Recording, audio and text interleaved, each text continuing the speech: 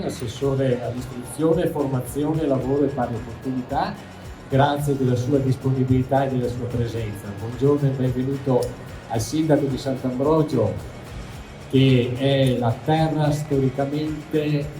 più rappresentativa del distretto del Marmo del Veneto.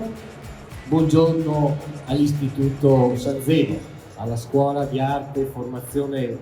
e automazione del marmo, gestito dall'Istituto San Zeno, che da più di 35 anni, o da 35 anni mi pare, è presente sul territorio, forma i ragazzi, i giovani, che dopo trovano occupazione nelle nostre imprese, nelle imprese del distretto. Questo è un aspetto, un elemento molto bello, molto importante, molto significativo, perché vuol dire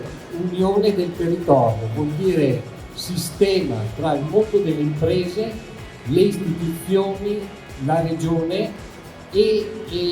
il mondo della formazione, che riguarda voi giovani, voi che siete il futuro, che rappresentate il futuro delle attività, delle nostre attività e del nostro fare. Quello che la Regione Veneto da tanti anni, ma in maniera particolare, non lo dico per dovere di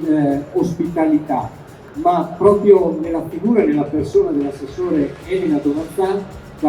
nel corso di tutti questi anni ha fatto e sta facendo per il mondo della formazione. Guardate, la formazione è un aspetto molto importante, un aspetto che viene visto e vissuto dalle imprese con particolare attenzione, perché formare le maestranze, formare chi dopo andrà ad occuparsi della lavorazione, della trasformazione del marmo in maniera particolare, è molto importante per noi sistema delle PMI, è significativo e fondamentale per dare continuità ad una tradizione che si tramanda da secoli, che si tramanda da generazione in generazione. A proposito, parlando di generazione,